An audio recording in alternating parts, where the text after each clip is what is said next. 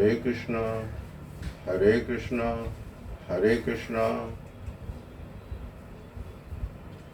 बांके बिहारी रे दूर करो दुख मेरो। बांके बिहारी रे दूर करो दुख मेरो। मेरे गिरधारी रे दूर करो दुख मेरो। मेरे बनवारी रे दूर करो दुख मेरो। भगवान श्री कृष्ण के विषय में बातें हो रही हैं।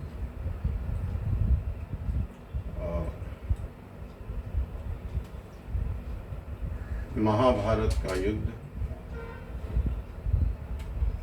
लगभग निश्चित हो गया है। भगवान श्री कृष्ण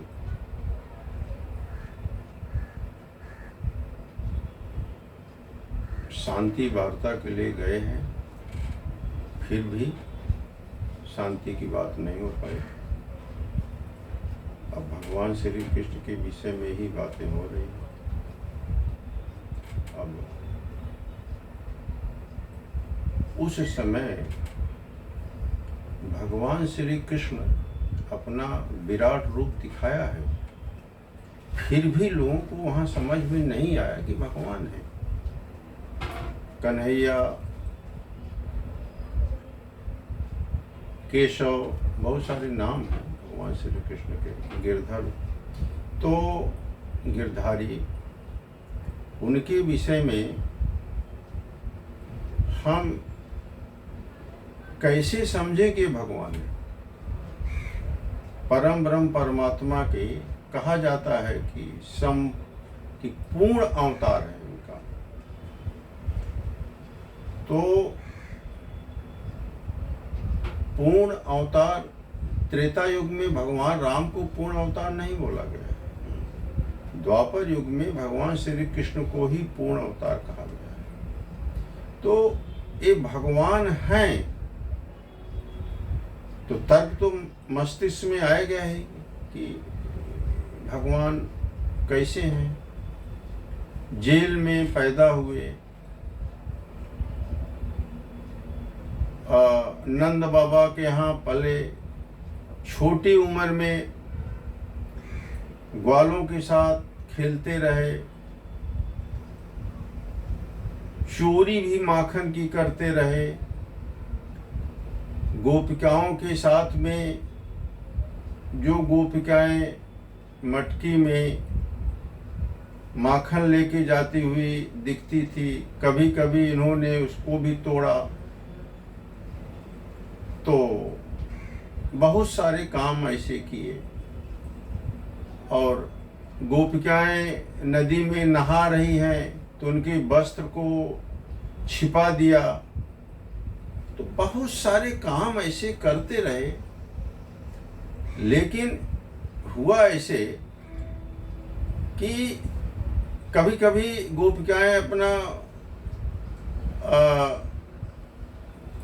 कंप्लेन करने, शिकायत करने आती थी यशोदा के यहाँ।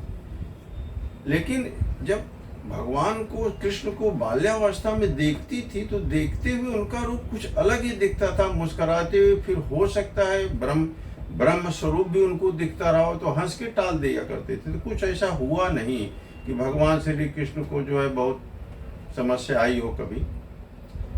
अब जो भी कहते थे करते थे कुछ और, सही तो कुछ बोलते ही नहीं थे। ये तो इनका भगवान श्री कृष्ण का एक रूप हो गया। दूसरा रूप भी आप समझने की कोशिश कीजिए कि अपने अंगुली पर गोवर्धन पर्वत को उठा लिया था, उसके नीचे वहां के गांव के जो भी लोग थे उसके अंदर शरण लिए थे। बहुत बारिश हुई, इंद्र कोप गए थे। कालिया नाग को उन्होंने मार डाला, बकासुर को मारा, पूतना को मारा। एक छोटा सा बच्चा ये सब कर रहा है तो मस्तिष्क में तो आता ही है ना कि अवतार हैं। और साथ ही साथ बहुत सारे काम उन्होंने ऐसा किया। रास रचाते थे तो तर्क आता ही है ना कि गोपिकाओं के साथ रास रचा रहे हैं, नृत्य कर रहे हैं,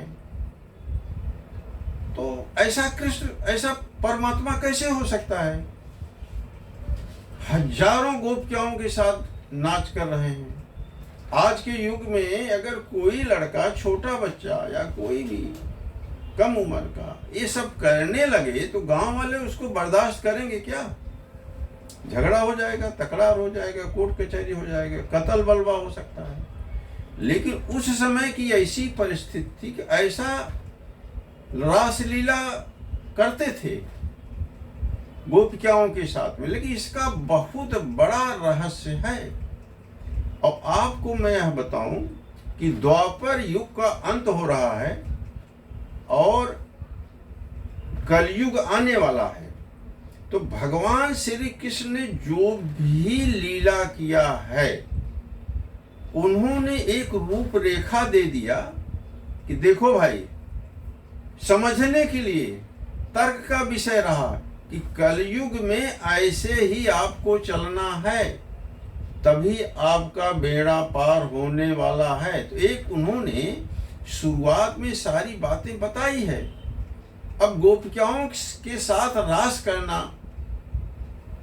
इसका एक बहुत बड़ा रहस्य है, जिसमें कि प्रकृति, स्त्री और पुरुष, ये दोनों का एक मिलन बताया हुआ है कि जो सृष्टि है, इसका जो बेस है, आधार है, वो यही है, प्रकृति और पुरुष।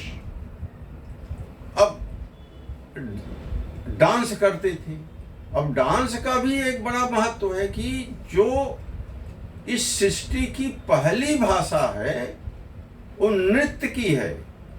पूरे संसार में नृत्य को समझा जा सकता है। अब बांसुरी बजाते थे, अब उसमें बांसुरी में देखो छेद होते हैं। अब उसके द्वारा ये जो शरीर का उन्होंने वो बताया है कि भाई शरीर के अंदर 7 केंद्र हैं।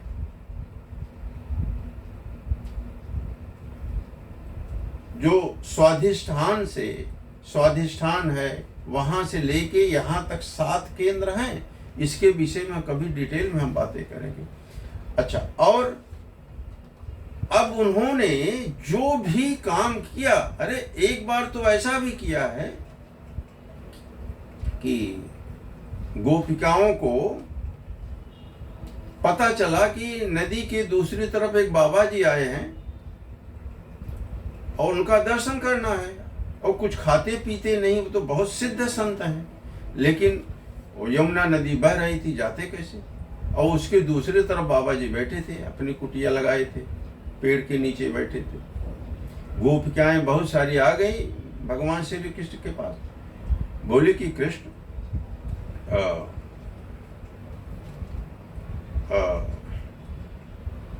कुछ ऐसा रास्ता बन सकता है कि हम लोग नदी के उस तरफ जाएं? बोले बिल्कुल हो सकता है, खाली आप लोग ये कह दो कि अगर कृष्ण कन्हैया हर समय सच का ही साथ देते हैं तो ये जाके नदी के सामने कह दो, आप लोग कह दो, रास्ता मिल जाएगा। तो सबकी सब गोपिकाएं हंसने लगे कि यार ये तो कहते हैं कुछ, करते हैं कुछ, झूठ बोलते हैं, कुछ भी इनका सच रहता ही नहीं है, वो ऐसा बोल रहे हैं। तो चलो फिर भी अपना टेस्ट लेते हैं। तो यमुना नदी के किनारे गए और यही बात कहा, अगर कन्हैया कृष्ण सच बोलते हैं, किसी के साथ धोखा नहीं करते, सच का ही साथ देते हैं, तो रास्ता दे दो। संयोग की बात थी, उन लोगों को रास्ता मिल गया और चली गई। रास्ता मिलने पर थोड़ा पानी कम हो गया और लोग जा सकते थे।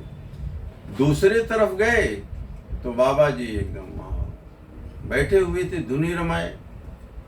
सारी गोपिकाएं गई तो ये लोग जो है खीर और पूड़ी लेके गई हुई थी। अब देखिए कि जितनी खीर और पूड़ी ये लोग वहां चढ़ाए, वो बाबा जी सब खत्म कर गए, खा गए।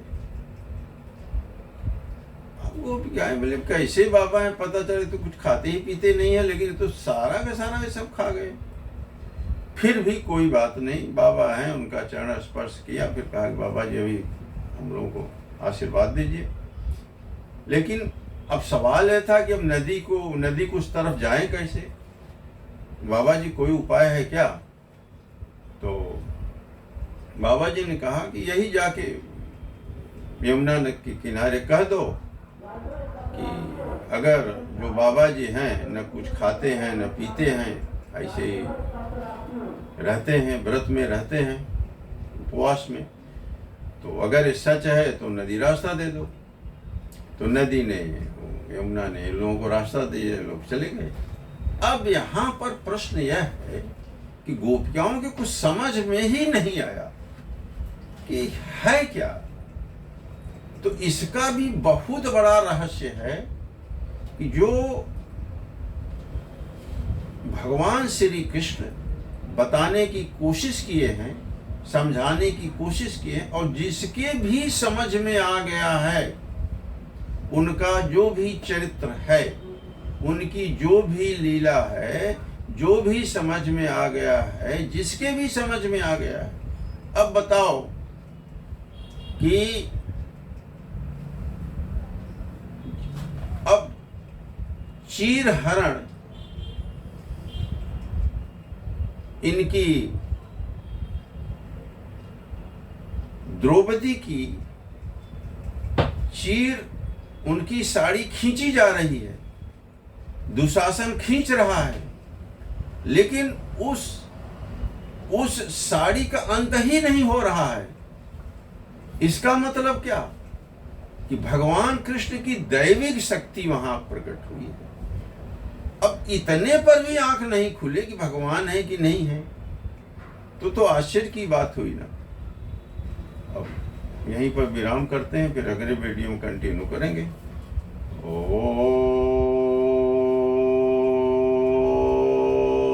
हरे कृष्णा हरे कृष्णा हरे कृष्णा।